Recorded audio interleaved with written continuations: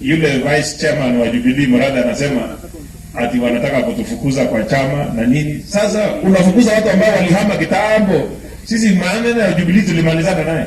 Mimi ni deputy secretary general, lakini na fagia nyumba watu wakitoka, alafu nipea hao kifunguu kama kutakuwa na mtu atabaki kwa nyumba. Mambo ya kuitisha wao kufukuza watu ya chama, hiyo ni those are old tricks. Tulitoka huko kitambo.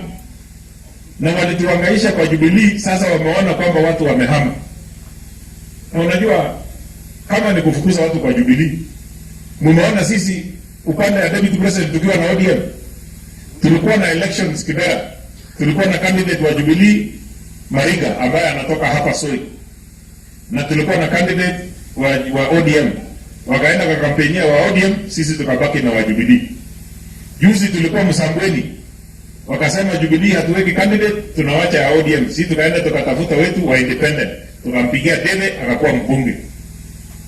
Sasa wanatufukuza twende wapi? Na sisi tunawaambia kama wanatufukuza kwa sababu wao wenyewe ndio wamedefect waende ODM, badala ya kutufukuza na wao ndio wachache au waende ODM watuachie Jubilee, sisi tungarishe nyumba ama namna gani? Hii maneno ya vitisho ya kisiasa na madharau watu wawachane naye. Si ndio?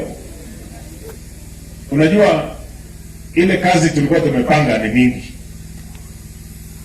Kazi tulikuwa tumepanga mingi, lakini handshake ikakuja, na badala ya sisi kuendelea na kazi, tukaanza kupanga mambo ya kubadilisha katiba.